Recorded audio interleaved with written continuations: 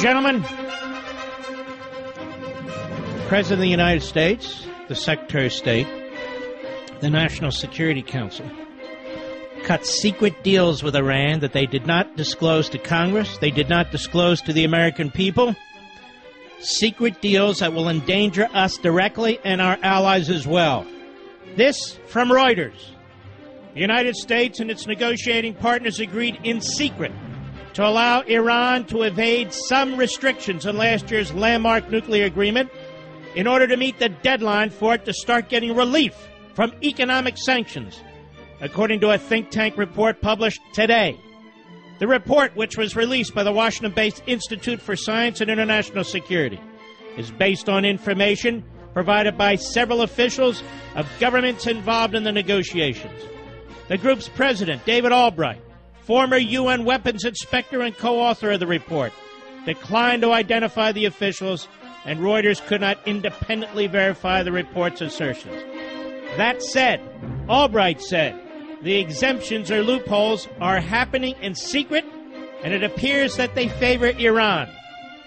Now, what are these exemptions, ladies and gentlemen?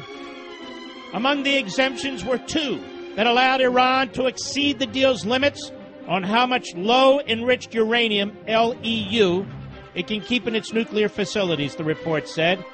LEU can be purified into highly enriched weapons-grade uranium. The exemptions, the report said, were approved by the joint commission the deal created to oversee implementation of the accord. The commission is comprised of the United States and its negotiating partners. It's also comprised of Iran.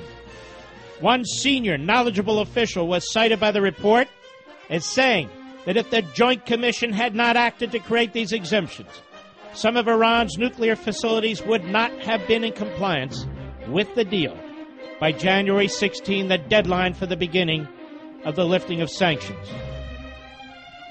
Obama, the administration, has said that the world powers that negotiated the accord made no secret arrangements. He said they made no secret arrangements.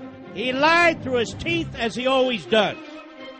A White House official speaking on condition of anonymity, must be Ben Rhodes, said the Joint Commission and its role were not secret. He did not address the report's assertion of exemptions.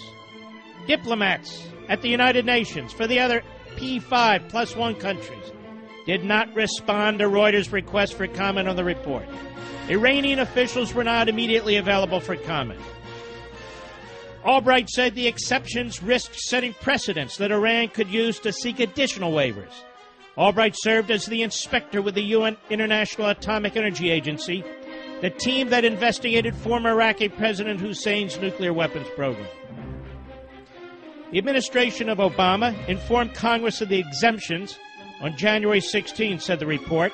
Albright said the exemptions, which have not been made public, were detailed in confidential documents sent to Capitol Hill that day after the exemptions had already been granted. The White House official said the administration had briefed Congress frequently and comprehensively on the Joint Commission's work. Democrat Senator Robert Menendez, a leading critic of the Iran deal and senior member of the Senate Foreign Relations Committee, told Reuters in an email, "I was not aware, nor did I receive any briefing on the exemptions."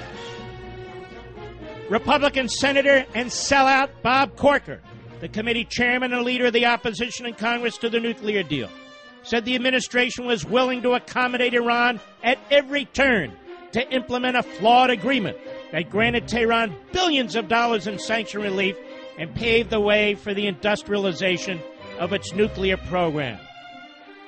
As part of the concessions that allowed Iran to exceed uranium limits, the Joint Commission agreed to exempt unknown quantities of 3.5% of LEU contained in liquid and so forth. And it goes on. The draft report said the Joint Commission also agreed to allow Iran to keep operating 19 radiation containment chambers larger than the accord actually had set.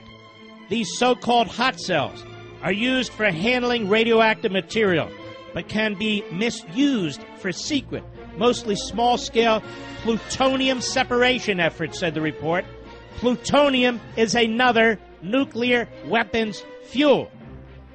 The deal allowed Iran to meet a 130-ton limit on heavy water produced at its Arak facility by selling its excess stock on the open market. But with no buyer available, the Joint Commission helped Tehran meet the sanctions relief deadline by allowing it to send 50 tons of material to Oman, where it was stored under Iranian control. The shipment to Oman of the heavy water that can be used in nuclear weapons production has already been reported. Albright's report made the new assertion that the Joint Committee had approved the concession.